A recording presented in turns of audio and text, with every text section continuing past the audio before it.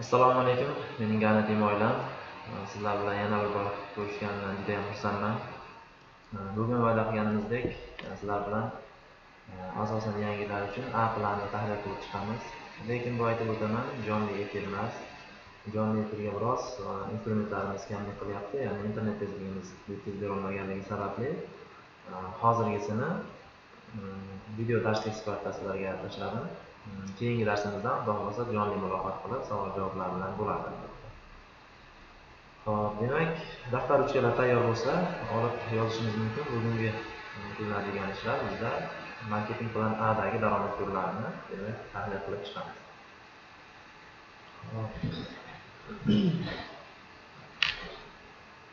Deyarli tayyor holatga keltirib qo'ydim. Mana ko'rganingizdek, bizda bilamiz 4 ta paket bor. Birinchi to'plamimiz brilliant to'plami. Uning xalqaro o'lchov birligi bu 15 dV, ya'ni 15 ball deb olingan. Buni yangi hamkorlarga tushuntirish uchun mana bizda 1,440,000 so'mlik to'plam bo'ladigan bo'lsa, bu birinchi to'plam.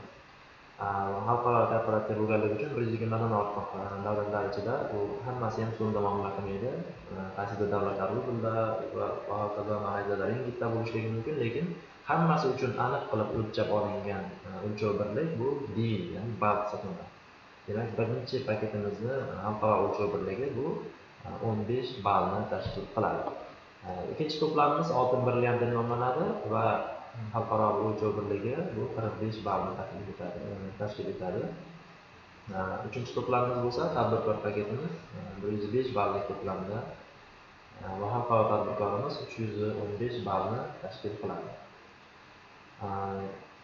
A planda mana o'zimiz komanda tashkil qilish orqali, ya'ni misollarni taklif qilganimizda mana shu to'plamlardan biri xarid bo'lganda bizga tushadigan daromad turlari kiradi. Bu 4 ta bizlar. Ya'ni 4 xil yo'nalishda bizga komanda tashkil qilganligimiz uchun korporatsiyaning daromad beradi. Bundan birinchi daromad turimiz bu taklif. Taklif daromadi siz bilan biz taklif qilgan insonlarni tanlagan to'plamining bariga qarab turib daromadlar beradi. Ya'ni tavsiya daromadi. Agar sizni tanlagan siz tavsiya qilgan insoningiz agar birinchi to'plamda xarid bo'ladigan bo'lsa, siz taklif uchun olasiz korporatsiya tomonidan 3 gano. Bilasizlar, 1 ganoni hozirgi kundagi narxi 9,000 so'mga teng. Demak, 3 ga ko'paytiradigan bo'lsak, so'mdagi bizda oladigan daromadimiz 27,000 so'mni tashkil qiladi. Bu biz taklif qilganimiz uchun beriladigan daromadlar hisoblanadi. Agar siz taklif qilgan inson ikkinchi to'plamda xarid qiladigan bo'lsa, ya'ni siz 45 ballga ega bo'lasiz va buning uchun korporatsiya sizga 9 gano mukofot tavsiya daromadini hisobingizga tushirib beradi. Agar siz taklif qilgan insonlar 3-to'plamda, ya'ni tadbirkor to'plamida hamkor bo'ladigan bo'lsa, sizga korporatsiya 105 dv uchun 21 gano tavsiya daromadi va nihoyat xalqaro tadbirkorni taklif qiladigan insonlar, agar taklifingiz xalqaro tadbirkor imkoniyatini tanlaydigan bo'lsa, siz 315 ball va tavsiya uchun 63 gano taklif daromadiga ega bo'lasiz.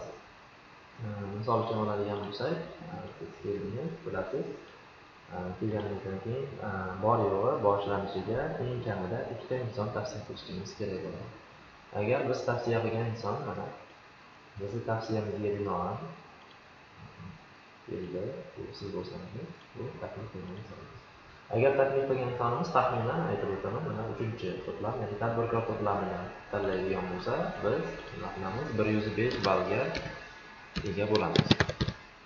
Va mana shu registratsiya bo'lgan kuni bizga korporatsiya o'zini taklif daromadini, ya'ni 21 ganoni sudimizga tushganligini kuzatishingiz mumkin. Buni qanday kuzatish kerakligini birinchi darsimizda o'rganib chiqdik. Mana shu narsani to'liq o'rganib chiqqan insonlar saytimizga kirganingizda taklif daromadi mana shu 21 ganoni tashkil qiladi. Xo'p, keyingi taklif qilgan insonimiz agar xalqaro tadbirkor to'plamini tanlaydigan bo'lsa, biz 315 ballga ega bo'lamiz va biz uchun beriladigan taklif bonusi 63 ganoni tashkil qiladi.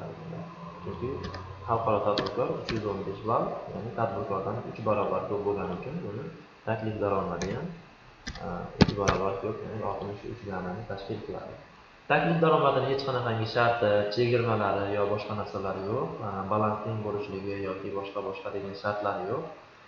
Xohlang birinchi to'plam va to'rtinchi to'plamni taklif qilsangiz, har bir tanlagan mijoz, ya'ni taklifingiz uchun tanlagan to'plam balini to'g'ri keladigan proporsional miqdordagi taklif daromadini 21 gana va plus 63 gana daromadga ega bo'lamiz. Yoki bo'lmasa aksincha bo'lishligi mumkin. Biz tanlagan inson, ya'ni biz taklif qilgan inson birinchi bu tomonda va o'sha insondan keyin yana o'sha tomoningizga taklif qilsangiz kimnidir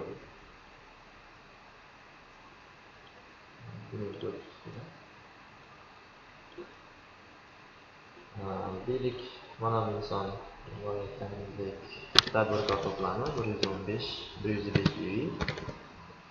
va undan keyingi taklif qilgan insonimiz esa demak 315 BV to'plamni xarid qilgan bo'lsa, lekin ikkalasi ham bir tomonimizda bo'ladigan bo'lsa, taklif daromadimiz 105 BV uchun 21 gana va 315 BV uchun baribir 63 ganani tashkil qiladi.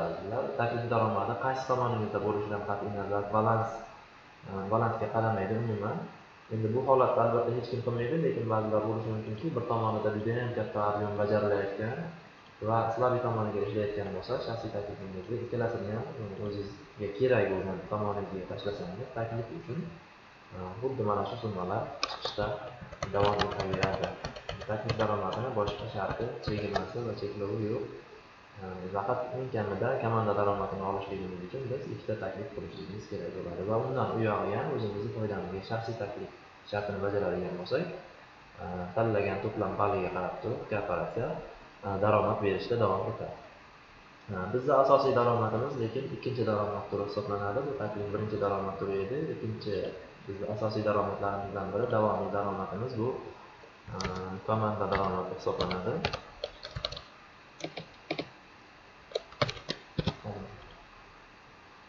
Bu ikkinchi daromad turimiz hisoblanadi. Komanda daromadi biz ikkinchi insonni taklif qilgan kunimizdan boshlab bizga daromad berishi hisoblashni boshlaydi. Ya'ni biz bilamizki, mana siz bo'lsangiz, xuddi boyagi holatda bitta insonni taklif qilgan, 105 balli inson va ikkinchi inson aytaylik, keyin adashmaslik uchun birinchi to'plamdan hisoblashni boshlaymiz. Sizlarga yangilarga tushunarli bo'lishi uchun aytamiz.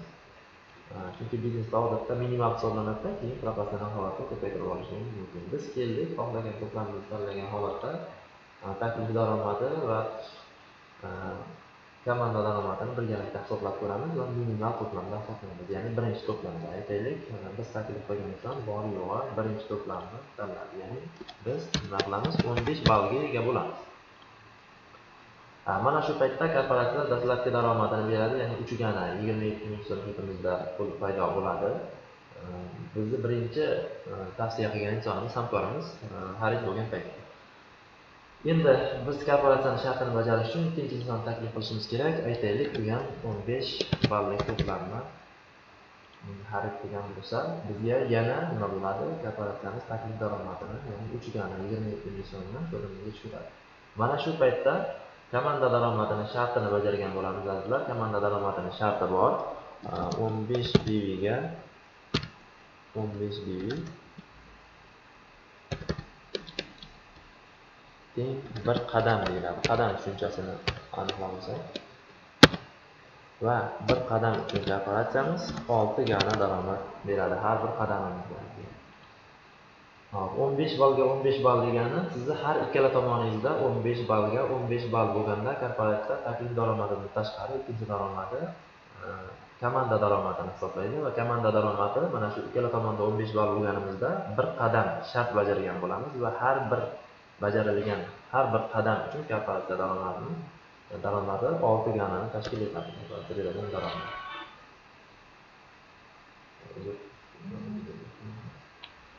Xo'p, endi boyagi o'zimiz qilgan ishga qaytsak, ya'ni siz keldingiz bu joyda.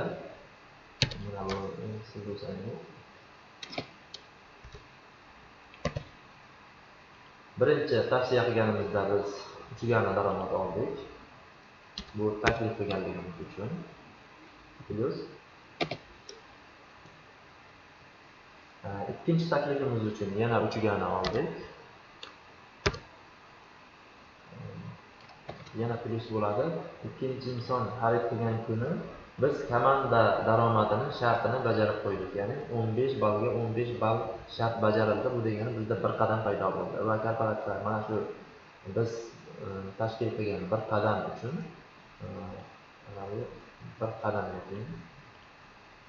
mana shu bir qadam uchun qo'shimcha demak 6 gani komanda uchun daromad beradi.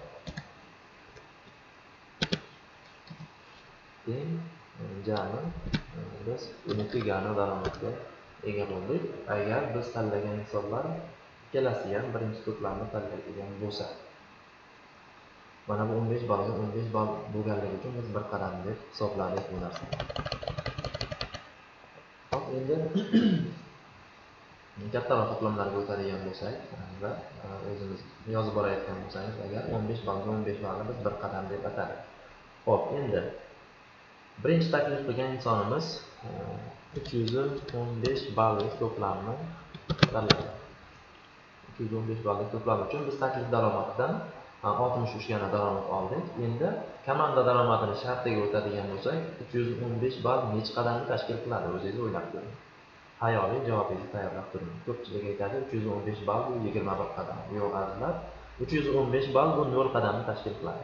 Sababi komanda daromadini shartini ko'rgan edik. Komanda daromadini sharti 15 ga 15 teng bir qadam dedik. 15 ga 15 bir qadam. Lekin bizda hozircha 315 ga 0 turibdi. 0 bo'lganligi uchun qadam sharti hali, ya'ni komanda daromadini sharti bajarilmagan hisoblanadi. Faqat taklifimiz uchun 63 gani oldik va 315 ballga ega bo'ldik. Komanda daromadidan hali daromad olmadi. Endi ikkinchi tomonimizga taklif qilgan insonimiz agar birinchi to'plamni oladigan bo'lsa, biz 15 ballga ega bo'lamiz. Ana endi korporatsiyaning bir qadam degan shartini bajardi. Ya'ni 315 ga 15 ball. Mana bu 15 bilan mana bu 15 ballimiz bir qadamga aylanadi va siz plus bu joyda 6 gani daromad olasiz. 315 ga 15 bo'lganligi uchun mana bu 15 bilan 15 o'zaro teng bo'ladida bir qadamga aylanib turib, bizda keyin 315 emas, ostatka ballimiz 300 BV ortiqcha qoladi. Demak biz bu joyda bir qadam va 300 BV ga ega bo'ldik hisoblanadi. Hop. Endi 15 ball emas, agar ikkinchi tomonimizdagi inson oltin brilliant paketini tanlaydigan bo'lsa, biz 45 BV ga ega bo'lamiz. 315 ga 45 BV. 45 bu tomondagi ko'rib turibmiz, ikkala tomonimizda ham hozir harakatlar bo'lgan. 45 BV o'zini narigi tomondagi 45 BV ga proporsional bo'ladi. 45 ga 45 o'rtada necha bo'ladi? 3 qadamga aylanadi. 3 qadam uchun biz bir qadamga 6 ganidan, demak 18 gani bu joyda daromadimiz, komanda daromadini tashkil qiladi va 45 bilan 45 bu joyda o'zaro ishlaydi. Bu tomonimizda 270 ball, 270 BV ortiqcha ballimiz ko'rinib turadi. Chunki 45 ballini 315 ballini biz ishlatib oldik, ya'ni qadamga aylantirib daromad qilib oldik. Ostatka ballimiz, ya'ni qoldiq ballimiz 270 ballni tashkil qiladi. Agar ikkala tomonda ham teng BVlarimiz paydo bo'lsa, ya'ni ikkala tomonda deylik 45 BV ga 45 BV. Har bittasini ko'rib chiqishimiz kerak. 45 BV ga 45 BV. Bu yerda bizlar korporatsiyaning sharti 3 qadam shart bajarildi hisoblanadi, ya'ni 45 ballga 45 ball to'liq 3 qadamni tashkil qiladi va to'liq qadamga aylanib turib, bu yerda 3 qadamga aylanib, demak 3 qadamimiz uchun 18 gani daromad beradi. Agar 45 ballga 15 ball bo'ladigan bo'lsa, bu ham bir qadamni tashkil qiladi. Bir qadam va mana bu 45 bilan 15 bir qadamga aylangandan keyin bizda bu tomonimizda qoldiq ballimiz qancha bo'ladi? 30 ballni tashkil etadi. Bizda 30 ballga 0 ball. Agar bu joyda biz yana bitta brilliant paket 15 ball kiradigan bo'lsak, bu tomonda 30 ball borligi uchun bu tomonga xarid tushmasa ham Mana bu holatda ikkinchi hamkorimizni qilgan paytimizda yana bir qadam shart bajarildi hisoblanadi avtomatik, sababi bu tomonda 30 ballimiz bor edi. Mana shu 30 ball bilan 15 ball, 15 ga 15 bo'lib yana bir qadamga aylanadi-da, bu tomonda yana bizda nima bo'ladi? Asosimiz qoladi. 15 bill. Adashib ketmaslik uchun azizlar, xafa bo'lmaysizlar, kichkinaroq paketlarda hisoblayapman, kattalariga ham o'tamiz. Chunki buni birinchi marta ko'rayotgan insonlar bo'lsa, sal adashib ketishlari mumkin katta sifralarda. Shuning uchun kichkinaroq raqamlar bilan ko'rsatishga harakat qilyapman.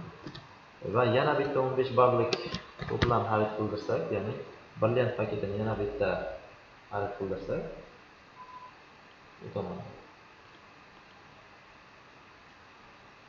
bu tomonga tushmasa ham 15 ball borligi uchun 15 ga 15 yana bir qadamni tashkil qiladi. Jami oladigan bo'lsak, biz bu tomonda bitta oltin brilliant paket, bitta 45 GB va 3 ta 15 GB, 3 ta brilliant paket hamkor qilganimizda balli mana shunga teng bo'ladi va to'liq 3 qadam shunda bizda realizasiya bo'ladi, ya'ni qadamga aylanib turib daromadga aylanadi. Xo'p, endi kattaroq to'plamlarda hisoblaydigan bo'lsak, xalqaro va tadbirkor to'plamlarida bu son bir xil. Deylik, bu tomonda keyingi tomonni hisoblaymiz. 315 ball va bu tomonimizda 105 ball. Mana shu shart bajarilganda azizlar, 105 ichida 15 talikdan 7 ta bor, bilasiz. 105 ball bilan 105 ball o'zaro teng bo'ladi-da, o'rtada bizda 7 qadamga aylanadi. Va 105 ball bu joyda ishlatildi. Bu tomondan ham 105 ball ishlatildi. Bizda asosiy ballimiz qoldi 210 ball. Bu saqlanib turadi. Agar siz har oylik aktivist shartni bajarayotgan bo'lsangiz, ya'ni 10 TV 20 gani qayta xarid qilayotgan bo'lsak, mana shu 210 ball biz tomonda, ya'ni o'sgan tomonimizda kutib turadi. Ketma-ket 2 oy agar mana shu aktivist shartini bajarmasak, shuni ham aytib o'tishimiz kerak. Juda ko'pchilikda muammo bo'lyapti. Ketma-ket 2 oy qayta xarid qilinmagan hamkorlarda mana bu turgan qoldiq ballimiz qolmaydi, yo'q hisoblanadi. Chunki aktiv bo'lmagan paytimizda ishlamayotgan hisoblanadi. Keling, bu mavzudan qaytmaylikda. 315 ga 105 ball o'rtada 7 qadam bo'ldi-da, 210 ball bizda asosiy ballimiz paydo bo'ldi. Endi biz yana bitta tadbirkor paketini hamkor qildik.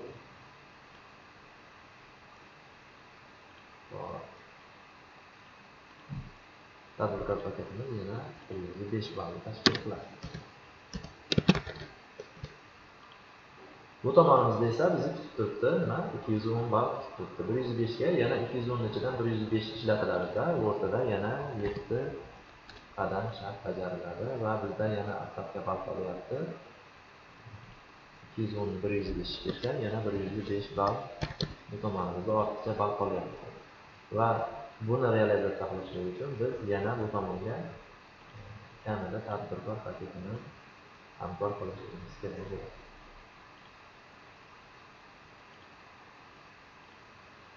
Bu ham 105 bo'lsa, demak mana shu paytda bizni ballarimiz o'zaro teng bo'lib, mana bu 105, bu tomonda qolgan 105 bilan o'zaro teng bo'ladi-da, o'rtada yana biz 3-marta 7 qadam uchun daromad olamiz. 42, 42, 42. Mana shu tomonga tushgan kuni bizda kunlik daromad hisoblanadi kamanda. Shu kunimizda mana shu 7 qadam uchun 42 gani, demak har kuni mana shu holatda bo'ladigan bo'lsa, mana shu ikkinchi tomonimizga tushgan BVlar o'sha kunda bizda realizatsiya bo'lib, ya'ni qadamga aylanib turib, har bir qadam uchun katta daromad beradi. 7 qadam uchun bilamiz, 6 ganidan bo'ladi bo'lsa 42 gani, 3 marta 42 gani oldik, ya'ni 126 gani bu yerda komanda daromadidan daromad chiqqan hisoblanadi. Komanda daromadi shaxsiy taklifga aloqasi yo'q bo'lgan daromad azizlar. Mana bu agar bizning shaxsiy taklifimiz bo'lsa ham, ustozimiz taklif qilgan bo'lsa ham, komanda daromadiga uni ahamiyati yo'q. Mana shu ballar ikkala tomoningizga tushgan bo'lsa hisob. Shogirdlaringiz taklif qilgan bo'lsa ham, siz taklif qilgan bo'lsangiz ham, ustozingiz taklif qilgan bo'lsa ham, ikkala tomonda ballar o'zaro teng bo'lganda komanda daromadi realizatsiya bo'ladi. Qadamga aylanib daromad bo'lib tushishda davom etadi.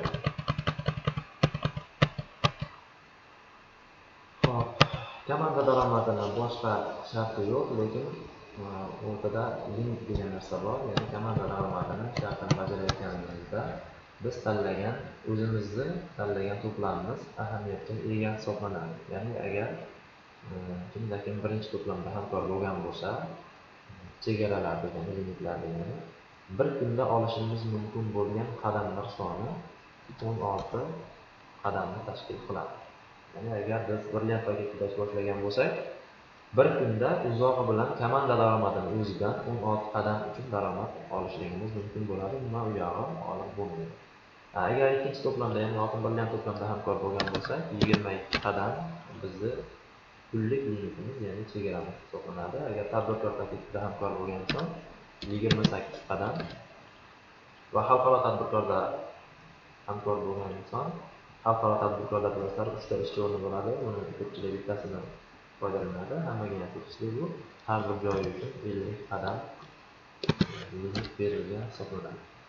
Limit bu nima? Keling, birinchi to'plamdan yana boshlab hisoblab ko'ramiz. Deylik, bitta inson keldi, brilliant paketida ish boshladi.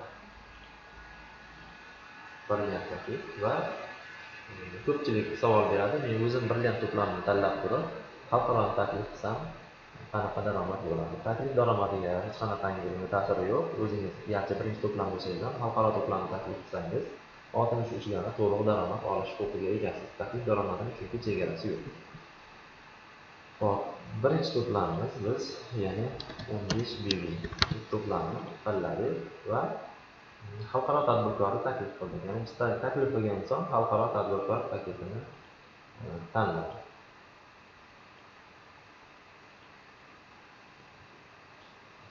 Biz mana shu paytda 315 ballga ega bo'lamiz.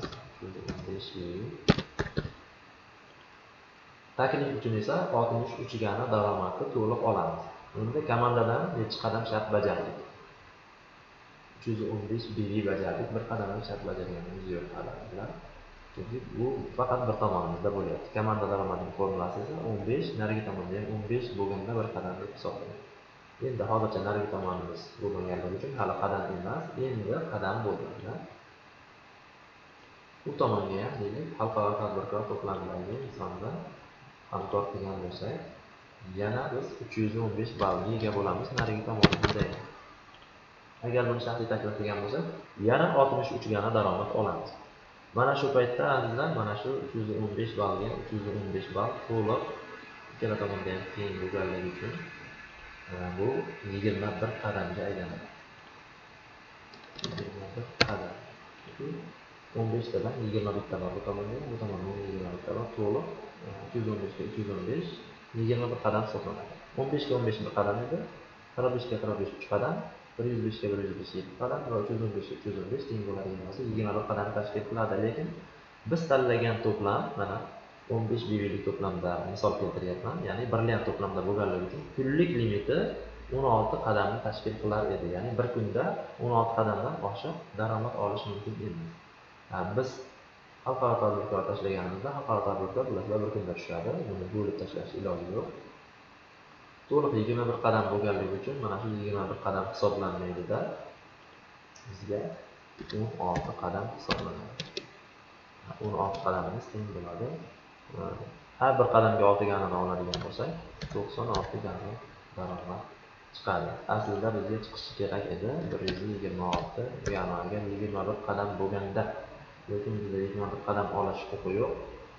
Brilliant bo'lganligi uchun bilasizlar 21 qadam hisoblanadi. Hop, endi bu tomon 315 emas, tadbirkor bo'lib tushdi deb hisoblaylik. Tadbirkor bo'lib tushgan bo'lsa 105 ball bilamiz. Tadbirkor balli 105 ball. Agar siz brilliant to'plamida bo'lsangiz, mana shu paytda 315 ga 105 bo'lganligi uchun bizni dastlabki oladigan daromadimiz 105 ga 105 7 qadam. 7 qadamimiz teng bo'ladi. Har bir qadamimiz 6 ganadan bo'lganligi uchun 42 ganaga mana shu daromadni olamiz. Komanda daromadidan, shaxsiy taklifdan tashqari. Va bu tomonda qancha qolyapti? 210 ball oshiqcha ballimiz bizda qolyapti. 210 ball. Endi biz mana shu holatda ikkinchi tadbirkorni taklif qilsak, Bu ham 105 BV.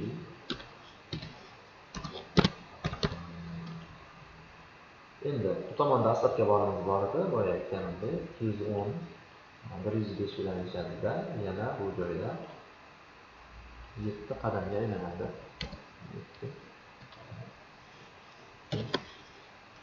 Yana qarg'ishga daromadni to'liq olamiz va bu tomonda 210 dan keyin buni 105 ketgan bo'lsa, bizda yana 105 ball asabga qoladi. Mana shu paytda biz yana bitta bu tomondan tadbirkor taklif qiladigan bo'lsak, buni ham ball 105 qiling. 105 qiling. Ana endi 105 bilan mana 105 ishlarida yana bizga 7 qadam bo'ladi. 42 jami daromad 3 ta 42 jami bo'ladi. Bizda 126 gani to'liq daromad olish imkoniyati tashkil bo'ldi. Sababi har bir tadbirkorimiz bizga 7 qadamni tashkil qilyapti, 16 qadam ichiga sig'adi. Bitta xalqaro tushganda bo'lsa 315 bir martada tushganligi uchun boyagi holatda sig'magan edi, ya'ni 16 qadam olgan edi. Endi bu yerda bo'lsa 3 ta tadbirkor. Mana shu yerda yana aytib o'tish joizki, agar 315 bu tomonda tushgan bo'lsa va 3 ta tadbirkor bir kunda registratsiya qilingan bo'lsa, mana bu 3 ta daromad 42 dan 126 chiqmaydi. Uchalasi bir kunda o'tgan hisoblanadi-da, buni korporatsiya 21 qadam bir kunda bo'ldi deb hisoblaydi-da. Faqat 16 qadam uchun, ya'ni 96 gani, 126 gani emas, 96 ganasi daromad bo'lib chiqadi. Agar 105 BV deylik 315 ball xalqaro to'plam birinchi chislada xarid bo'ldi. O'sha ikkinchi chislada 105 ball to'plam xarid bo'lgan. O'sha ikkinchi chisla kuni bizda yana 7 qadam 42 gani daromad oldik. Oradan hech bo'lmasa bir kun o'tgandan keyin ikkinchi chislo kuni ikkinchi tadbirkor va uchinchi chislo kuni uchinchi tadbirkor bo'lib o'tgan bo'lsa, ya'ni 16 qadam bir kunda bo'lib qolmasligi kerak. Agar uchalasi bir kunda o'tsa, boyagi holatda 315 bo'lib turib 21 qadam hisoblanib qoladi. Eng avvalo buning uchun birlan to'plamni xarid qilmaslik kerak edi. Hatto oltin birlan paketda bo'lishi kerak edi. Lekin agar kech bo'lgan bo'lsa, mana shu holatda registratsiya qilinsa, ya'ni tadbirkorlar kun bo'yi bitta qilib tashlanadigan bo'lsa, to'liq daromadlarimizni olishimiz mumkin bo'ladi. Yangilar uchun bu endi ishlayotgan insonlar ilgari aplanda bir-ikki marta hech bo'lmasa takrorlagan insonlar uchun aytib o'taman, bu limitlarga yaxshilab e'tibor berasizlar. Chunki juda ham ko'pchilik shu xatolarga yo'l qo'yyapti. Demak, birinchi to'plamni hamkor bo'lganlar uchun yana 15 ball to'plam va bir tomonda deylik qachondir 315 ball xarid bo'lgan.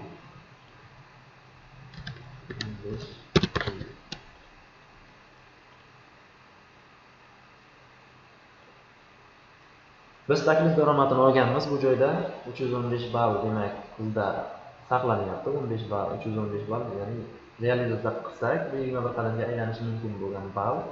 Endi mana shu inson aytaylik, birinchi chislo kuni tadbirkor taklif qildi.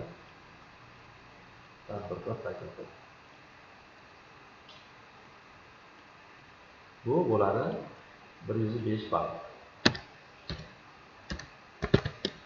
Boya aytib o'tdim, agar 3 ta tadbirkor bir kunda tushsa ballimiz kuyib ketadi, lekin bu birinchi chislo kuni bo'lgan. Ya'ni birinchi aprel kuni bo'lgan. Va ikkinchi chislo kuni tashladi, ikkinchi tadbirkorni. Bu ham 105 ball tashkil qiladi. Bu ikkinchi chislo kuni tushgan. Va uchinchi chislo kuni o'zi teng bo'lmaganligi uchun yana bitta tadbirkor tashladi, 105 deydi.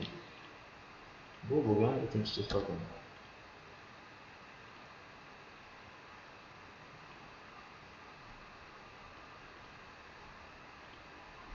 Va Bu holatda boya aytdim, birinchi, ikkinchi, uchinchi kunlar alohida tashlangan bo'lsa, kalkulyatsiya har bir kun uchun 42 to'liq 126 berishlik kerak. Lekin bu inson 4-chislo kuni yoki 2-chislo kuni 10 TV, ya'ni 20 gani qayta xarid qildi. E'tibor beramiz, 4-chislo yoki 3-chislo kuni. Kalkulyatsiya mana shu siz qayta xarid qilgan kuni, ya'ni yo 3-chi yoki 4-chi kuni qayta xarid qilgan bo'lsangiz, mana shu qayta xarid qilingan kuni uchta hisoblanadi. Mana bu uchtasini ham siz qayta xarid qilmaguncha, joriy oyda agar siz 10 TV aktivность shartini bajarmagan bo'lsangiz, mana shu uchala 105 chi bir kunda bo'ldi deb hisoblaydi. Shuning uchun mana shu paytda bizda to'liq o'sha qayta xarid qilgan kunimiz 21 qadam paydo bo'ldi deb hisoblanadi va bizning limitimiz agar 16 qadam bo'ladigan bo'lsa, 21 qadam emas, 16 qadamga daromad olamiz. Garchi birinchi, ikkinchi, uchinchi alohida chislolarga tashlagan bo'lsak ham, qayta xaridni oxirida qilgan bo'lsak, hammasini yig'ib bitta kunda bo'ldi deb hisoblaymiz. Shuning uchun hamma hamkorlarga shuni iltimos qilardim. Oyi birinchi sanatda qayta xarid qilib qo'ying. Oyi birinchi chisloda qayta xarid qilgan bo'lsak, bizning shotimiz ochiq, aktiv hisoblanadi va har bir tushgan DV o'z-o'zidan daromadga aylanib, qadamga aylanib, ya'ni 105 tushganda 7 qadam, keyingi 105 tushganda yana 7 qadam, 3-105 tushganda 7 qadam to'liq daromadlarimizni olish imkoniyatiga ega bo'lamiz azizlar. Nega unaqa bu bir kunda tushmagan-ku degan savollar tug'ilyapti juda ko'pchilikda, lekin siz qayta xarid qilmaganligingiz uchun, ya'ni o'rnida shotingizni ochib qo'ymaganligingiz uchun mana shunaqa jarayonlar ham o'rtada bo'lib turibdi. Shuning uchun mana shu narsani ishlayotgan liderlarimizga ham taklif qilsak. Men sizlarga mana shu joyda tavsiya qilardim. O'zbeklarda bir juda ham ajoyib odati bor. Erta tongda namozga bomdodda turganimizda nima qilamiz? Birinchi qiladigan ishimiz chiqib, eshigimizni ochib qo'yamiz. Nimaga? Baraka kirsin, farishtalar kelganda baraka ulashsin deymiz. Xuddi mana shu narsani biznesda ham qo'llashimiz lozim. Ya'ni bizning biznesimizning eshigi bu mana shu 10 TV qayta xarid hisoblanadi. Ya'ni bizning hisob raqamimiz, shotimizni eshigi hisoblanadi. Mana shu narsa qilinmagan bo'lsa, oyda sizni shotingiz yopiq turibdi darvozasi hisoblanadi. Shuning uchun orzu yozyapmiz azizlar, harakat qilyapmiz, maqsadlarimizni yozyapmiz. Har xil maqsadlarni so'rashdan oldin birinchi chislo kuni borib, bizni shotimizni darvozasini ochib qo'yib turib, keyin Xudodan so'rasak, ballarimiz tushib daromadga aylanish osonroq bo'ladi. Duo qilib yotibmiz, harakat qilib yotibmiz, lekin hali qayta xarid qilganimiz yo'q. Bu demak bizning odatlarimizga ham to'g'ri kelmaydi aslida. Shuning uchun eng avvalo biz qayta xaridda oy boshida qilib qo'yib turib, keyin Xudodan so'rasak, sababini qilib qo'yib turib, keyin harakat qilganga o'xshagan bo'lamiz sal bo'lsa ham. Shuning uchun shotlaringizni ochib qo'yishingizni tavsiya qilardim. Ko'pchilik harakat qiladi-da, daromad tushib olsin, keyin shotimni ochaman desa, mana shunaqangi holatlar uchrab qolishligi mumkin. Yoki bo'lmasa o'zimizning odatimizga qarab aytganda, shotimizni yarim kechagacha darvozamizni eshigini ochmasdan Xudodan baraka so'ragan bilan barobar bo'lamiz. Shuning uchun iloji boricha oy boshida hisob raqamlarimizni ochib qo'ysak, keyin daromadlar tushishi bizga juda osonroq bo'ladi. Komanda daromadini yana bir shartlaridan birini aytib o'taman. Endi aktiv ishlayotgan insonlar, ko'pchilikda dizbonatlar bor. Ular diqqatiga deylik, mana tadbirkor paketidamiz o'zimiz. 105 ballik to'plam tadbirkor paketini limiti, chegarasi 28 qadamni tashkil qiladi. Ya'ni bir kunda siz 28 qadam olishingiz mumkin. Endi sal aktivroq bo'lgan liderlar uchun soddaroq qilib tushuntirishga harakat qilaman. Bir tomonimizda juda ham ko'p ob'em kuyapti. Aytaylik, bir 2215 yil. Oshiqcha kutayotgan balimiz bor. Yangilar uchun aytadigan bo'lsam, juda ham ko'plab xaridlar bo'lgan bir tomonimizda. Tadbirkor, xalqaro, brilliant, oltin brilliant aralashib bir tomonimizda oshiqcha ballarning miqdori jami deylik, taxminan aytyapman, bu 2315 ball tashkil qilyapti. Ya'ni bu tomonimizdan ko'proq bu tomonimizda ballar yig'ilib qoldi. Biz buni realizatsiya qilishlik uchun bu tomonimizga demak xaridlarni tushirib borishligimiz kerak. Agar mana shu o'rindan biz 315 ball xalqaro tadbirkor to'plamini bu yerda taklif qilsak, 315 Mana shu paytda biz 315 ga 2315. Mana bu 315 bilan 315 o'rtada proporsional teng bo'lganligi uchun 21 qadam daromadga ega bo'lamiz. Bizni limitimiz bo'lsa, tadbirkor limiti 28 qadam. Demak, 21 qadamni to'liq nima qilishimiz mumkin, olishimiz mumkin bo'ladi. 21 qadam nimada 126 gallon. Komanda daromadidan oladigan daromadimiz mana shunga teng bo'ladi. Va o'sha kuni biz yana bitta tadbirkor to'plamini taklif qilgan bo'lsak, tadbirkor to'plami rasman 105 milliga teng.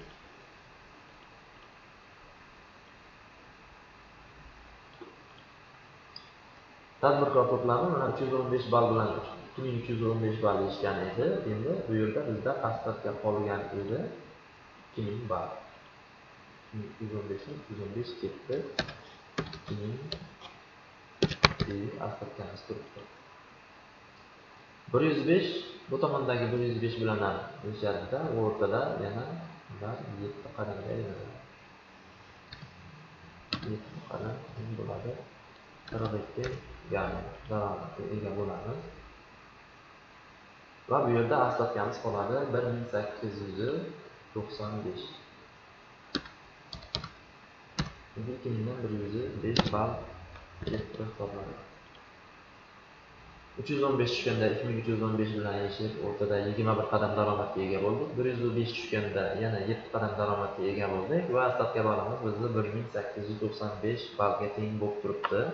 Agar mana shu ikkita hamkorimiz, ya'ni tadbirkor paketi va xalqaro tadbirkor paketi bir kunda tushgan bo'lsa, ya'ni ketma-ket bir kunda tushsa, 21 qadam va 7 qadam bir kunda bo'ldi hisoblanadi va 28 qadamga aylanadi.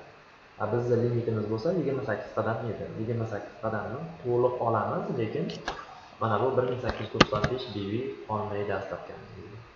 Ya'ni qadamimiz bizni chegara limitlarimiz bilan teng daromad olib qoladigan bo'lsak, oshiqcha ballarimiz bizni kutib turmaydi, chunki bizning limitimiz to'liq qolgan hisoblanadi. Shuning uchun tadbirkor paketida hamkor bo'lgan insonlar, statusli insonlar bo'lsa, bitta xalqaro va bitta tadbirkor bir kunda tushiradigan bo'lsak, daromadini to'liq olasiz, lekin asfaltga balingiz qolmaydi. Shuni ham hisobga olishingizni so'rardim. Agar mana bu ikkitasi 315 ball bugun o'tib, ertaga 105 ball o'tadigan bo'lsa, siz bir kunda 21 qadam va 7 qadam olgan bo'lasiz va asfaltga boringiz 1895 ball sizda qoladi. Shuning uchun chegaradagi, ya'ni limitlarimizga e'tibor beramiz va limitlarimizni iloji boricha to'ldirmaslikka, hech bo'lmasa bir qadam kam shart bajarishga harakat qilsak, oshiqcha ballarimiz kutib turadi. Shu o'rinda oltin brilliantlar uchun ham aytaman, oltin brilliantlar xuddi mana shu joyda bir tomoningizda xalqaro tadbirkor va bitta brilliant bir kunda o'tib qolsa, 22 qadam shart bajarilib qoladi-da, oshiqcha kutib turgan balimiz qolmaydi. Shuning uchun limitlarimizni to'ldirmaslikka harakat qilishni tavsiya beraman. Va boya aytganimdek, har kuni boshqa kunda o'tkazsam bo'ldi ekan deb turib, xalqaro tadbirkor boshqa kuni o'tdi, ertaga tadbirkor o'tib turib, qayta xaridni keyingi kuni qiladigan bo'lsak, yana boyagi holat takrorlanadi, ya'ni 28 qadam bir kunda o'tgan hisoblanadi. Shuning uchun xaridlar o'tkazishdan oldin yaxshi niyat bilan qayta xaridimizni shartini bajarib qo'yib turib, keyin harakat qilsak, juda ham yaxshi bo'ladi. Demak, bu yerda biz tushunadigan boshqa shartlar yo'q. Komanda daromadini 3-chi daromadga o'tsak bo'ladi. Uzr azizlar, komanda daromadini yana bir ozgina kamchilik qoldi. Shu narsani ham aytib o'tishni joiz ko'rdim. Ya'ni birinchi to'plamlar bir kunda 16 qadam edi. Ikkinchi to'plam 22 qadam. Üçüncü to'plam 28 va xalqaro tadbirkor 50 qadam. Endi bu joyda yangilar bilmasligi mumkin. Bu haqdagi ma'lumotni berib o'tamiz. Bizni korporatsiya tomonidan belgilab berilgan statuslar, ya'ni darajalar. har bir statusni bajarganimizda korporatsiya mana shu o'zimizni limitlarimizni ko'paytirish imkoniyatini qo'shib bergan. Bu ilgari yo'q edi, hozirgi kunda bor. Agar siz birinchi statusga chiqadigan bo'lsangiz, birinchi status. Bizni agar brilliant to'plamida bo'lsak, limitimiz 17 qadamga aylanadi. Agar ikkinchi statusga chiqadigan bo'lsangiz, status 8 qadamni tashkil qiladi. Hammasini soldirishga harakat qilaman. Ikkinchi statusda 19 qadam bo'ladi. Va to'rtinchi statusda 20 qadam. E'tibor bersak, to'rtinchi statusgacha har bir status bajarganimizda bir qadamdan qo'shib boryapti. 5-chi statusda bo'lsa 3 qadam qo'shish kerak. 23 qadam.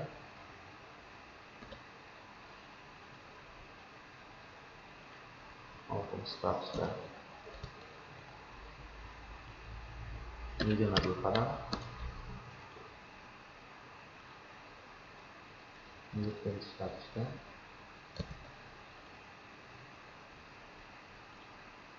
27 qadam. Bu imkoniyatingizni oshirib beradigan statuslar hisoblanadi va jami 8-chi statusda eng katta statusimiz Crown Ambassador, ya'ni boshlig'ichi statusida brilliant to'plamlarni o'rtacha limiti, bir kunlik limiti 32 qadamni tashkil qiladi.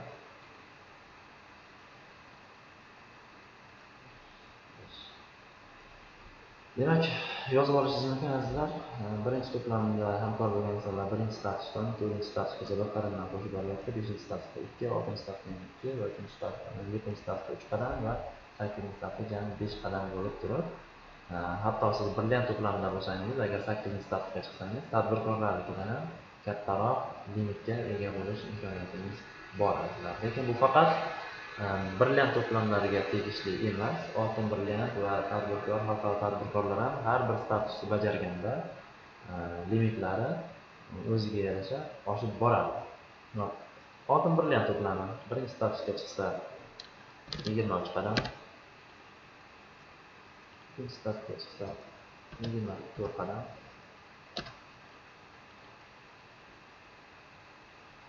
uchinchi statusda 25 qadam,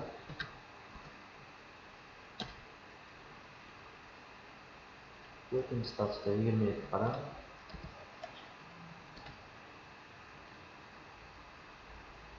5-chi statusda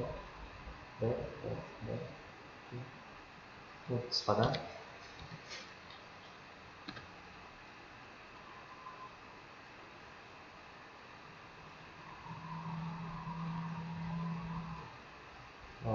6-chi statusda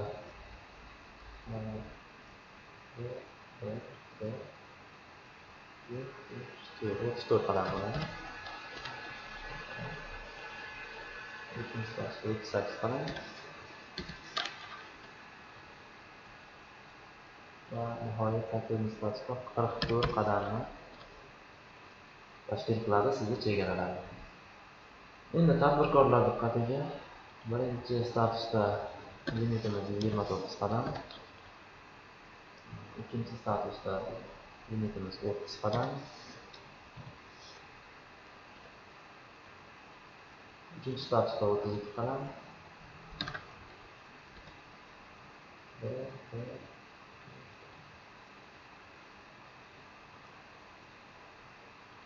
4-chi statusda 35 qadam,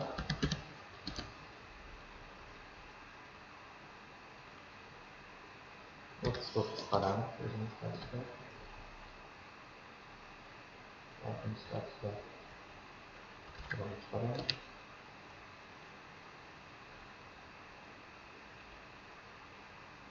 48 qadam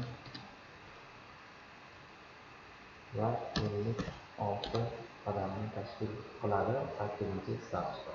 Xalqaro tadbirkorlar bo'lsa, birinchi statusda 50 qadam, 51 qadam bo'lib bir qadam qo'shildi. Ikkinchi statusda 53 qadam, qadam tashlaydi. Uchinchi statusda 56 qadam.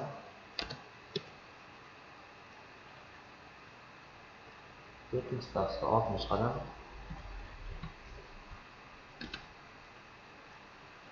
Beshinchi statusda 65 qadam.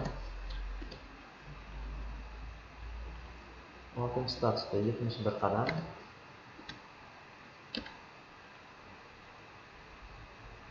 Yettinchi status 80 qadam. Va 8-chi statusda 100 qadam limitimiz hisoblanadi.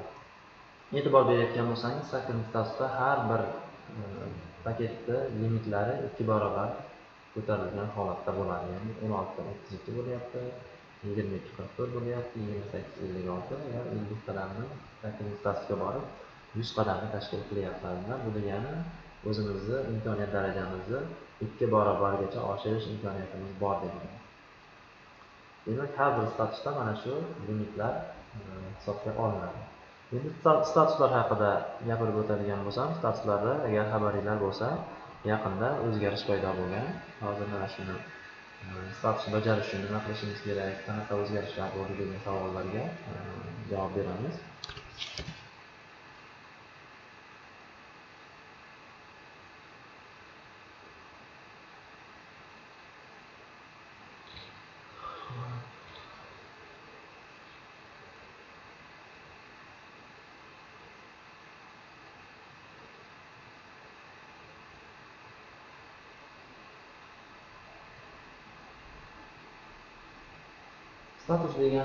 Status degan tushunchaga to'xtalib o'tadigan bo'lsak, daraja degan ma'noni bildiradi. Ya'ni korporatsiya mana shu daromadlari olib borish jarayonida ular yangilarga taalluqli o'zini ma'lum bir limitlarini bergan, ya'ni shartlarni bergan. Mana shu shartlarni ma'lum bir muddat ichida bajargan insonlarga darajalar, ya'ni statuslarni mana shu taqdim qiladi. Yani birinchi status misolida aytadigan bo'lsak, 4,5 ming ball bir tomonimizda, 4,5 ming ball ikkinchi tomonimizda 8 oy ichida agar shu shartni bajaradigan bo'lsangiz, sizga Ruby statusi, ya'ni birinchi status maqomini beradi.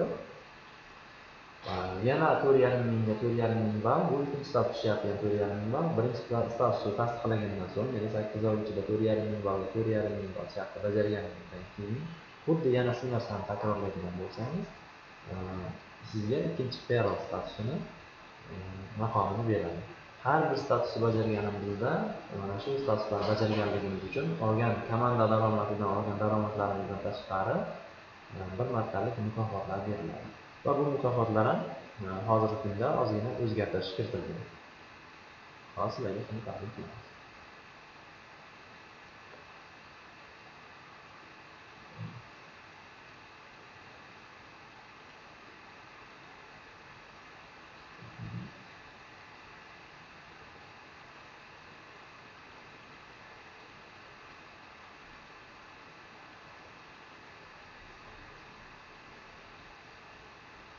Bir yozib o'tirmayman, tayyor yozilgan holati borligi uchun kompyuterdan qidiryapman.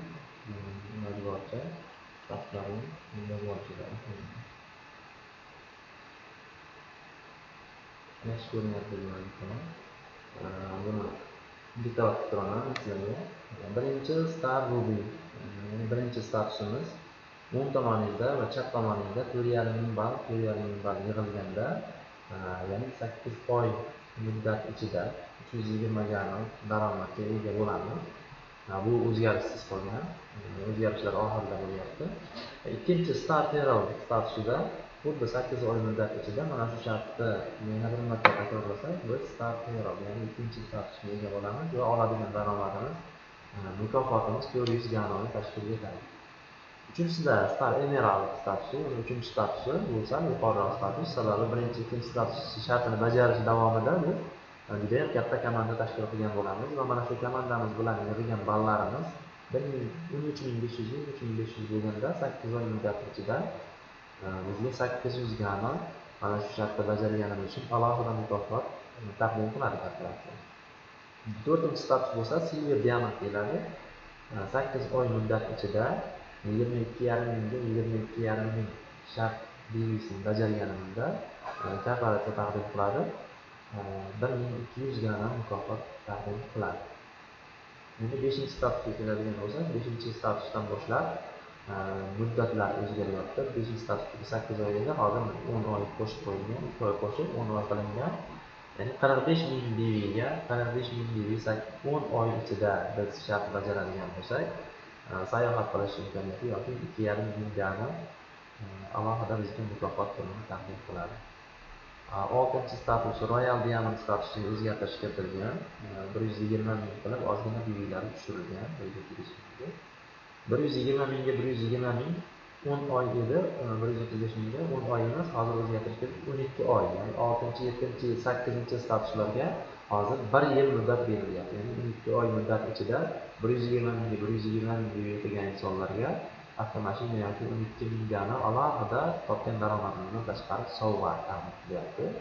7-chi statusga chiqqaningizda Crown Diamond statusi 225 ming 225 ming 12 oy ichida, ya'ni 1 yil ichida komanda bilan yig'ilganda 25 ming gana mukofot va 8-chi status Crown Ambassador statusi, mana hamma orzu qiladigan status. Mana shu 450 mingga 450 ming 1 yil davomida agar komanda bilan yig'adigan bo'lsa 50 ming gano alohida mukofot taqdim qilinadi.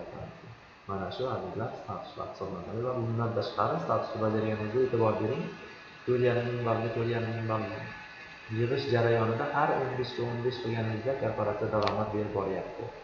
4.5 mingga 4.5 ming bo'lib yig'ilganda alohida sizga 320 gano mukofot va birinchi status shartini bajarganingiz uchun bu va unga qo'shimcha limitlaringizni qaysi to'plamda bo'lishidan qat'iy nazar bir pog'ona ko'tarib 8 statusga yetkazishga doim 2 barobar imkoniyatni taqdim qilyapti.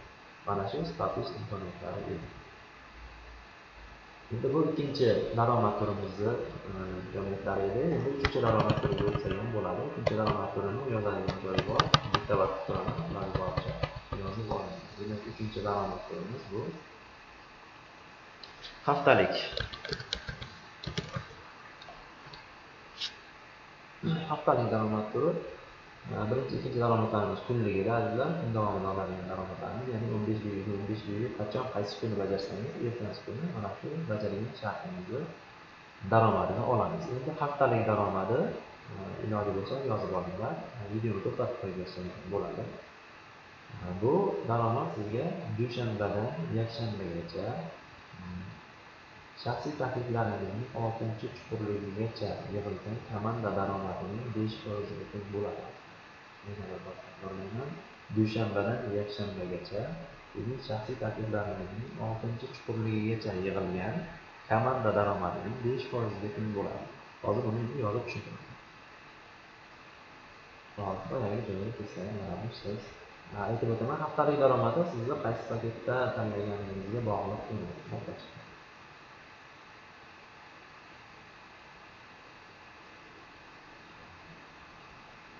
Mana bu sizni ikkalasi birinchi shaxsiy taklifingiz. Boya chuqurlik degan atamani ishlatdim.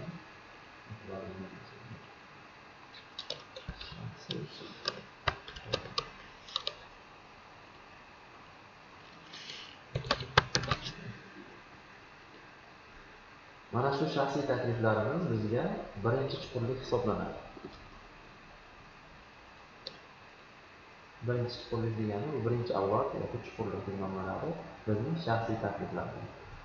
Endi ikkinchi chuqurlik qanday bo'ladi? Bizning shaxsiy takliflarimizning takliflari bizga ikkinchi chuqurlik hisoblanadi. Bu shaxsiy taklifimizning taklifi bo'ladigan bo'lsa, bu bizga ikkinchi chuqurlik bo'ladi. Endi taklifimizning taklifi bizga o'z-o'zidan 3-chuqurlik hisoblanadi va taklifimizning taklifi 4-chuqurlik, bu 5-chuqurlik. Ekranga solmayapti, sal uzoqroq turib yozayapman.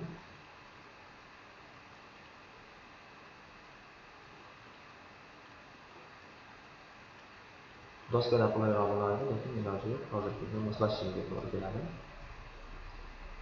Hop. Bu 3-chuqurlik. Bu 4-chuqurlik. Bu 5-chuqurlik. Bu 6-chi kunlik. Iloji bo'lsa daftaringizga o'xshatib chizib olishingiz mumkin.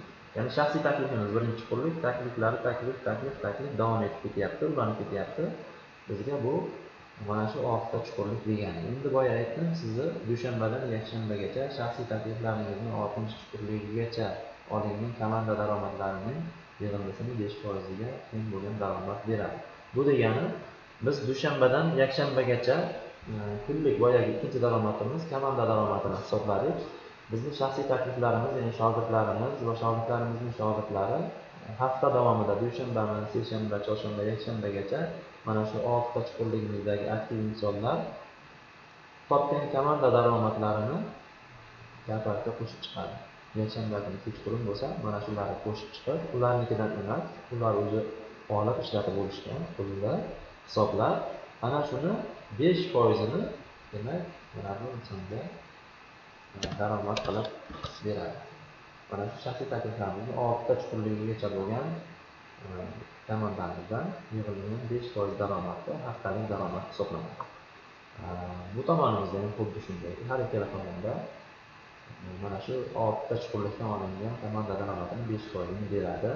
Qachonki buni sharti bor, har ikkala tomonimizda eng kamida 300 ballga 300 ball shart bajarilsa, mana shu haftalik daromadini sharti hisoblanadi. Demak, haftalik daromadini sharti 300 ga 300 ball va mana shu 300 ga 300 ball bajarganimizda qancha daromad olamiz deb ko'pchilik so'raydi. Buni aniq o'lchangan joyi yo'q.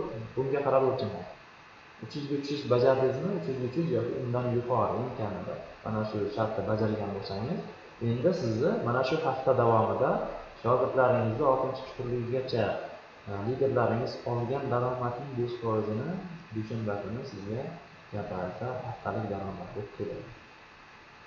Demak, birinchi marta eshitgan insonlarga ozgina murakkablik qiladi, lekin buni olib yurgan insonlar osonroq tushunadi. Har ikkala tomonda shaxsiy taklifingizda 6-chuqurligi. Demak, mana shu yerda ozgina sporning bor, ya'ni mana bu joyda sizni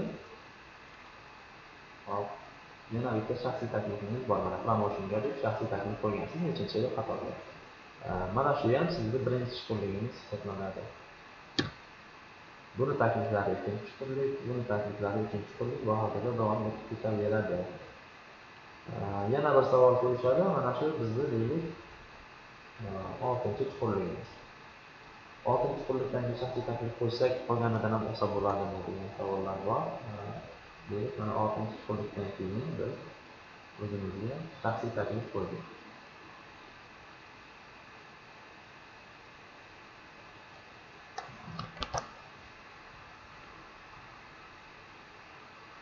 Yani bize shaxsiy taklifimiz.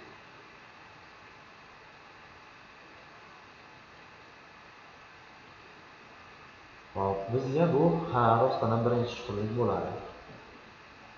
Birinchi chuqurlik bo'ladi va mana shu insondan tarqagan liniyamizdan daromad olamiz. Ya'ni bu insonning takliflari bizga ikkinchi chuqurlik bo'ladi. Ularning takliflari uchinchi chuqurlik bo'ladi, lekin mana bu 6-chuqurlikdagi insonimizni taklifi bizga baribir 7-chuqurlik bo'lib qoladi.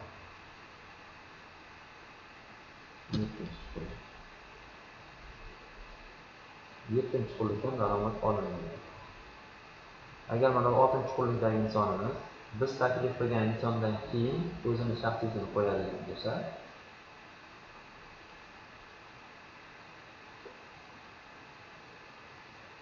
bu mana bu 6-chuqurligimizning taklifi. Bu bizning 7-chuqurlik bo'ladi.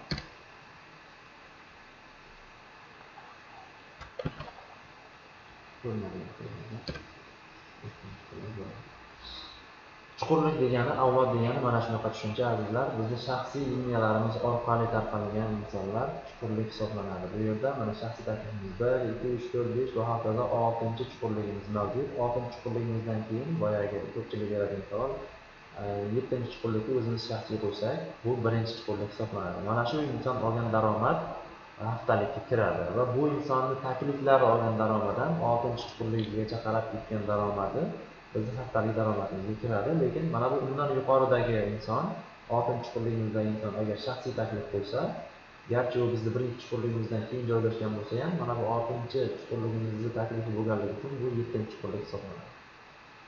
Birinchi chuqurligimizdagi inson undan keyin shaxsiy taklifini qo'ysa, u 2-chi chuqurlik hisoblanadi. Shuning uchun qator va chuqurlikda aralashtirmasligini so'radim. Qator boshqa narsa, chuqurlik boshqa narsa. Chuqurlik degani sizning shaxsiy taklifingiz qaysi qatorda turishidan qat'iy nazar, bu sizning birinchi chuqurligingiz hisoblanadi. Va mana shu tarzda avloddan davom etib ketadi. Har bir shaxsiy taklifingizning 6-chi avlodigacha olingan komanda daromadining 5% bo'ladi. Bu joyda sizlarga topshiriq beraman, o'zingizcha buni bajarishingiz mumkin va agar bu videoni kuzatayotgan bo'lsangiz, o'rganib chiqqan bo'lsangiz yoki oldin bu daromad turlarini o'rgangan insonlarga ozgina topshiriq beraman va mana shu topshiriqni javobini birinchi bo'lib to'g'ri yozgan insonga sovg'amiz bor. Demak, hammamiz quloqimiz ming bo'ladigan bo'lsa, diqqat qilib topshiriqni tinglaymiz va to'g'ri yozgan birinchi bo'lib to'g'ri yozgan insonga o'zimizni sovg'amiz bor. Hop. Birinchi mana bu siz. Diqqat bilan yozib olamiz.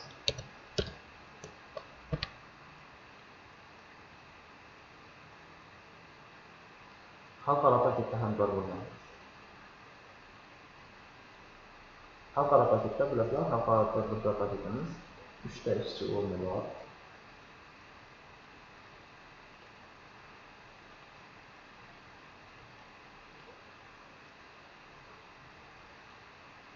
Mana shu holatda bo'ladi. Bitta o'z nomer faqat. Deylik, o'z 1 2 3 4 5 6 bo'lsa, bu tomonimiz o'z 1 2 3 4 5 6 chiziqcha 1 va bu tomonimiz chiziqcha 2 bo'ladi. Har uchalasi ham sizning ishchi o'rningiz hisoblanadi. Xalqaro hamkor bo'lganlar buni bilishadi. Registratsiya bo'lgan zahotingiz siz mana shunday holatda registratsiyaga o'tasiz. Ya'ni agar siz xohlasangiz o'tsa inson taklif qilishingiz mumkin va har bir ish o'rningizdan daromad olish imkoniyati bo'ladi. Buni faqat sal opti bor insonlarga beryapman. Mana shu xalqaro tadbirkor paketida hamkor bo'lgan inson, shu joyda ta'kidlab o'tmoqchimanki, o'z nomer registratsiya qilayotganda yangi xalqaro hamkor bo'lgan insonlar o'zingiz shaxsiy taklif uchun mana bu nomeringizni yozasiz. Qaysi tomonga joylashtirmoqchi bo'lsangiz, o'sha tomondagi o'z nomeringizni joylashuv o'rniga yozib qo'yishingizni so'rayman. Agar ikkalasiga ham mana shu nomer yozadigan bo'lsangiz, bir tomonga registratsiya bo'lib qoladi. Bu tomondan ham ishlasam daromad chiqadi, lekin statusga chiqib olmaydi, haftalik sharti bajarilmaydi, oylik sharti bajarilmaydi bu tomondan. Chunki bitta inson hisoblanadi. Faqat bir tomoningizda ballar o'tyapti hisoblanadi, lekin faqatgina komanda daromadini olib yurish mumkin. Shuning uchun bitta hamkoringizni bu tomonga, bitta hamkoringizni bu tomonga tashlab daromad olishlikni tavsiya qilaman. Va o'shalar mustaqil bo'lgandan keyingina keyingi liniyalarni ochishingiz mumkin bo'ladi. Endi bu shunchaki sizlarga hozirgi beradigan topshirig'im. Hayoliy tasavvur qilasizlar, xuddi mana shu shart bajarilganda qancha daromad olamiz. Shu narsani yozib olinglar. Xalqaro tadbirkordagi inson mana bu adashmaslik uchun aytyapman, bu bitta.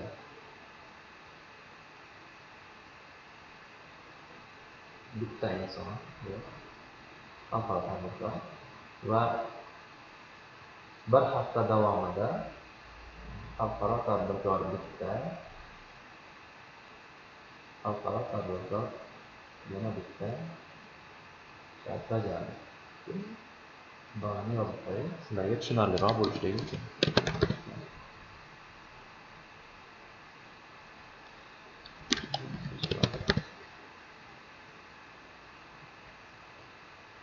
Va buni ikkalasi ham shaxsiy taklif.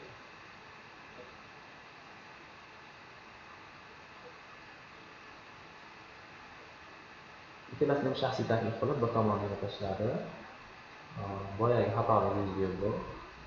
Aslida ikkinchi shaxsiyni bu tomonga tashlashimiz kerak edi. Lekin buni sababi bu tomonda ikkita shaxsiy taklifni bajarilgan edi. Lekin boshqa inson tomonidan.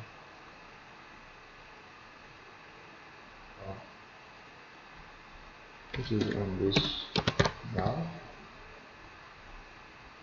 va bunisi 315 bal. Hop, lekin mana bu ikkitasi ustoz tashlanadigan shaxsiy taklif emas. Ustoz tomonidan tashlangan.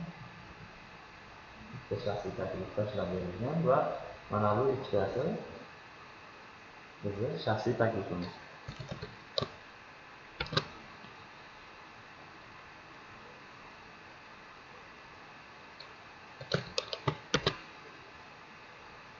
Tajribali insonlar tushunishi deb o'ylayman. Mana shu xalqaro, bu tomonda esa shaxsiy taklif bo'lmagan ikkita xalqaro xarid bo'ldi. Ko'pchilik bu narsani qilib ko'rgan, tajribasidan o'tkazgan bo'lsa kerak. Ya'ni to'g'rilay taklif qilmoqchi bo'lgan 4 ta ishchi o'rnini xalqaro bilan to'ldirganda sizlarga beriladigan topshiriq. Hop, mana shu inson qancha kunlik, haftalik oladimi yo'qmi, oylik jami oladigan mana shu insonni oladigan daromadini birinchi bo'lib Telegram guruhga javobini to'g'ri yozgan insonga sovg'amiz bor. Javobni albatta o'z raqami bilan yozing. Hop, demak savol tushunarli bo'ldi. Xalqaro tadbirkorda hamkor bo'lgan inson faqat bir tomoniga ikkita shaxsiy taklif tashladi, ikkinchi tomoniga esa ustozga ikkita shaxsiy taklif, to'rtalasi ham xalqaro tadbirkor xarid bo'lganda jami mana shu inson oladigan daromadni javobini demak Telegram guruhimizga yoki keling Telegram guruhiga yozib qo'ya qoling, hammaga ko'rinib tursin. Javob va o'z nomeringizga hammangizdan qoladi. To'g'ri javob uchun o'zingizga sovg'ani beradi. Hop, uchinchi daromad turi tushunarli bo'ladigan bo'lsa, keling to'rtinchi daromad turiga o'tamiz. Ya'ni to'rtinchi daromad turi bu oylik. Endi oylikka keldik. Davlat ishchi o'rinlarida ishlagan insonlardan doim oylik so'rashadi. Bu faoliyatni boshlaganda ham ko'pchilik yangilarda oyliging qanchalik so'rashadi. Bizdan so'rashdi. Shuning uchun aytyapman, oylik ham olinadi. Qachonki siz shaxsiy taklif, kunlik, haftalik daromadlarni olishni boshlaganingizda, oyda bir marta olinadigan, aqlandan olinadigan oylik daromadi ham bor. Oylik daromadining ham o'ziga yarasha sharti bor. Sharti bir oy davomida 800 bil va ikkinchi tomoningizda ham kamida 800 bil shart bajarilsa, mana shuni korporatsiya bir ochko deb hisoblaydi. Va bir ochko uchun korporatsiya xalqaro tovar oborotidan 15% daromadda ishtirok etish huquqini beradi. Birinchi va ikkinchi to'plamlar uchun. Agar siz oltin brilliant to'plamlarda hamkor bo'lgan bo'lsangiz va bir ochko shart bajarsangiz, xalqaro tovar oborotidan olinadigan sof foydani 15% da ishtirok etish huquqi bo'ladi. Agar tadbirkor va xalqaro tadbirkor paketida bo'lsangiz, xalqaro tovar oborotidan 15% va plus qo'shimcha 5% ni faqat mana shu tadbirkor va xalqaro tadbirkor paketlari uchun taqdim qilinadi. Buni aniq o'lchangan summasi yo'q, shartini aytib o'tdim. Bir ochko bajargan insonlarga, ya'ni 800 ball bajarib turib, ikkala tomonda bir ochko olgan insonlarga xalqaro tovar oborotidan 15% foydasini ulushini taqdim qiladi va mana shu bir ochko olgan insonlarning soniga o'sha summa bo'linganda qancha summadan to'g'ri kelsa, shunchadan to'g'ri kelib tushadi. Shuning uchun bu har oy o'zgarib turadi. Olayotgan insonlar biladi, o'rtacha 30 gani atrofida bir ochko bajarganlar uchun yo ko'proq yo kamroq har xil tovar oboroti ko'proq bo'lsa va ochko bajarganlar soni kamroq bo'lsa, bu daromad katta chiqadi. Lekin ochko bajarganlar soni ko'payib ketsa, bu daromad kamayadi, chunki 15% foydani shu insonlarning soniga bo'linadi. Va 1600 ga 1600 ball bajargan insonlar bu 2 ochko bo'ladi. Ularga ham xuddi shunaqa 30% emas, 15% yildan olgan daromadni 2 ga ko'paytirib beradi. Faqat o'sha 2 ochko bajargan insonlarga. Agar 10 ochko bajarsangiz, 1 ochko olgan insonlarda 10 barobar ko'proq daromad olish mumkin bo'ladi. Lekin bu yerda 5000 ballga 800 ball bo'ladigan bo'lsa, bu bir ochko hisoblanadi. Chunki 800 ballga 800 ball ikkala tomonda teng bo'lganligi uchun bu narsani bir ochko deb hisoblaydi. Agar bu tomonda 1600 bo'lganda yoki undan oshiq bo'lsa, 2 ochko deb hisoblanadi. Xo'p, Endi bu oladigan daromadimizda limitlari bor.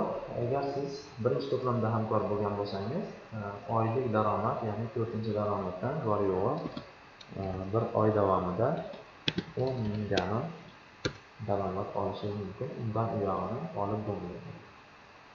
Ikkinchi to'plamda, oltin brilliant to'plamda hamkor bo'lgan insonlar bor yo'g'i 12500 gani 4-oylik daromadni o'zidan bundan ortiq ola olmaysiz. Tadbirkor paketida hamkor bo'lgan insonlar esa 25 ming gani bir oyda eng uzog'i bilan 4 daromad turini o'zidan shuncha daromad olishligi mumkin va xalqaro tadbirkor to'plamidagi insonlar esa bor yo'g'i 100 ming gani daromad olishlari mumkin. Bu 4-daromad turimizni limitlari hisoblanadi. 4-daromad turimizga shunaqa chegaralari bor. Buni sababini aytib o'taman, chunki xalqaro tovar oboroти agar oshib ketib turib, ochko o'qigan insonlarning soni kamayib ketib qolsa yoki juda ham kamayib ketib qolgan holatda bir ochko uchun beriladigan daromad hatto minglab dollar tashkil qilishi ham mumkin. Shuning uchun chegara qo'yib qo'yilgan. Shunaqa holatga tushib qolsangiz mabodo mana shu limitingiz to'ldirib daromad olishingiz mumkin bo'lgan maksimal daromad hisoblanadi. Oylik daromadda boshqa shartlari yo'q. Men haftalik daromadga ozgina to'xtalib o'tishni lozim ko'rardim. Sababi haftalik daromadning bir necha imtiyozlari bor. Birinchidan, haftalik daromadda azizlar cheksiz daromad hisoblanadi. Sababi bizning har bir shaxsiy taklifimizning 6-chuqurligigacha daromad olish imkoniyatimiz bor va undan tashqari biz qo'shimcha yana shaxsiy taklif qiladigan bo'lsak, o'sha shaxsiy takliflarimizni ham 6-chuqurligigacha daromad olish imkoniyatimiz bo'ladi. Va boya aytib o'tdim, 300 ballga eng kamida 300 ball bajarib yoki bo'lmasa deylik bir tomonimizda juda ham ko'p ball, 3000 ball bajarildi va bir tomonimizda bor yo'g'i 300 ball bajarilgan bo'lsa, komanda daromadidan bilasizlar 300 ballga 300 ball o'zini olinadi, lekin haftalik daromadida mana shu 3000 ball bajarish davomida bu tomonimizdan nechta chuqurligimizdan 6tasigacha daromad olgan insonlar hammasi qo'shiladi. Sababi siz 300 bajarib qo'ygansiz. Bu shunchaki haftalik daromadning sharti xolos. Shartini bajarganingizda esa 6ta chuqurliggacha agar disbalans bo'ladigan bo'lsangiz, bir tomoningizdagi barcha 6-chuqurlikgacha bo'lgan shogirdlarni daromadini ham hammasini hisoblaydi. Ya'ni 3000 ball hammasini hisoblab, bu tomoningizdagi 300 ballni hisoblab chiqiladi. Shuning uchun haftalik daromad juda ham ajoyib, juda ham bir tez daromad hisoblanadi. Endi yana bitta narsaga to'xtalib o'tishim kerak. Haftalik daromadni olayotgan insonlar shunaqa savollar ham odatda uchrab turadi. Hozir savol javob qilish imkoniyati bo'lmaganligi uchun imkon boricha oldingi darslarimizda ko'rgan savollarga javob berib ketaman. Imkon boricha bu videoni tinglaganingizdan keyin, topshiriqlarni bajarganingizdan keyin qo'shimcha savollaringizni Telegram gruppaga yozsangiz, keyingisini Xudo xolasa harakat qilaman onlayn shaklda, ya'ni jonli efirda qilib berishingiz. Xo'p, mana bu siz va sizni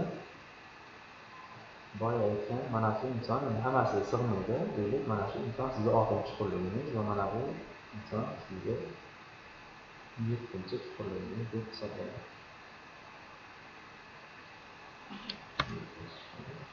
Bo'lsa 6-chuqurlik. Endi orada ko'plab insonlar bor. Birinchi, ikkinchi va hokazo.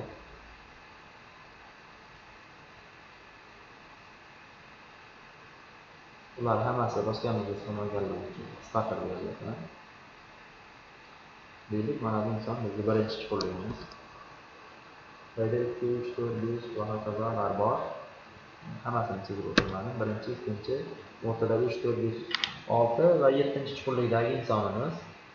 Endi haftalik daromadni aytib o'tadigan bo'lsam, agar bizni 7-chuqurligimiz juda ham katta ob'em bajargan bo'lsa, ya'ni juda katta daromad olgan bo'lsa, 7-chuqurligimizdagi inson, bu inson olgan daromadni korporatsiya bizni hisobimizga qo'shmaydi. Sababi u bizning 7-chuqurligimiz hisoblanadi. Agarchi komanda daromadini cheksiz chuqurligimizgacha olib borayotgan bo'lsak ham, lekin 7-chuqurligimizdan u yog'ida ular olgan daromadni bizni haftalik daromadimizga hisoblamaydi. Shuning uchun chuqurliklarda e'tibor berishingizni so'radim. Agar bor-yu mana shu birinchi chuqurligimiz bizni aktiv bo'lmayotgan bo'lsa, ya'ni ishlamayotgan bo'lsa, bu bizni chuqurligimizga kirib qoladi-yu deyishadi ko'pchilik. Ha, to'g'ri, chuqurligingiz hisoblanadi, lekin bu aktiv bo'lmaganligi uchun, ishlamaganligi uchun Mana bu ikkinchi chuqurligingizdagi inson avtomatik sizni birinchi chuqurligingiz bo'lib qoladi. Bu degani o'rtada agar bitta qaysidir birinchi yoki ikkinchi chuqurligingiz ishlamasa, ikkinchi chuqurligingiz birinchi chuqurlik, uchinchisi 2, oltinchi chuqurligimiz esa bizning 5-chuqurligimiz va 7-chuqurligimiz o'z-o'zidan bizga 6-chuqurlik bo'lib qoladi va bu inson olayotgan daromadlarni ham haftaligimizga qo'shadi korporatsiya. Sababi o'rtada sizni qaysidir shaxsiy taklifingiz ishlamayotgan yoki uning takliflari ishlamayotgan bo'lsa, ularda sizga chuqurlik deb qo'shilmaydi. Ya'ni soddaroq aytadigan bo'lsam, aktiv ishlab turgan, daromad olayotgan avlodlaringiz sizni haqiqiy chuqurliklaringiz hisoblanadi. Ko'pchilik savol beradi, shaxsiy taklifim ishlamayapti, nima qilaman? Hech narsa emas. Shaxsiy taklifingiz taklifi sizga korporatsiya tomonidan o'z-o'zidan shaxsiy taklifini birinchi chuqurlikka aylanib qoladi. Shuning uchun shaxsiy taklifingiz ishlamayotgan bo'lsa, chuqurligi ko'payib qoladi degan xavotirga olishga hojat yo'q. Uning o'zi faqat ishlamayotgan hisoblanadi. Shuning uchun uni sizga korporatsiya chuqurlik deb hisoblanadi. Shuning uchun bu daromad turni ham juda ham adolatli ishlangan deb ayta olaman. Faqat mehnat qilgan insonlarni daromadini hisoblab beradi. O'zingiz va siz bilan birgalikda harakat qilayotgan, mehnat qilayotgan, pul topayotgan insonlarnigina chuqurlik deb sanaydi. Shuning uchun agar sizda 6 ta chuqurlik mavjud bo'lsa, haftalik daromaddan juda ham ko'plab insonlar havas qiladigan darajada daromad chiqadi. Chunki 6 ta chuqurlikda agar ideal struktura bo'ladigan bo'lsa, 256 tadan oshiq inson hosil bo'ldi degan. Ko'pchilik ta'kidlagan bo'lsa. Xo'p, menimcha boshqa savollar qolmadi. Oldingi darsimizda, offlayn darslarimizda savollar bo'lgandi. Shuning uchun shularga qisqacha to'xtalib o'tdim azizlar. Boya bergan topshirig'im va javobini sizlardan kutib qolaman. Agar sizlarda qanaqadir yana savollar tug'ilgan bo'lsa, mana shu savollaringizni Telegram gruppamizga yozishingizni so'rayman azizlar. Bugungi sizlarga ajratilgan vaqtda daromad turlarini imkon boricha sanab o'tdim. Qanaqadir kamchiliklar bo'lsa, oldindan sizlardan uzr so'rayman azizlar. Nimadir sizlarga yangilik yetkaza olgan bo'lsak, biz o'zimizni baxtiyor his qilamiz. Mana shunaqangi davrda sizlarga imkon boricha ma'lumotlar yetkazib berishga harakat qilamiz. Kamchiliklar uchun uzr so'rayman. Avvalo aytsam, men hech qanaqangi blogerlik bilan shug'ullanmaganman. Shuning uchun hozir vaziyat taqozo qilyapti. Ular taqadigan instrumentlar va haqida qanday tashkil qilishga ozgina vaqtimiz ketib qoldi va bu narsalarni o'zlashtirganimizcha ham biroz kamchiliklar bo'lib turadi. Shuning uchun oldindan uzr so'raymiz.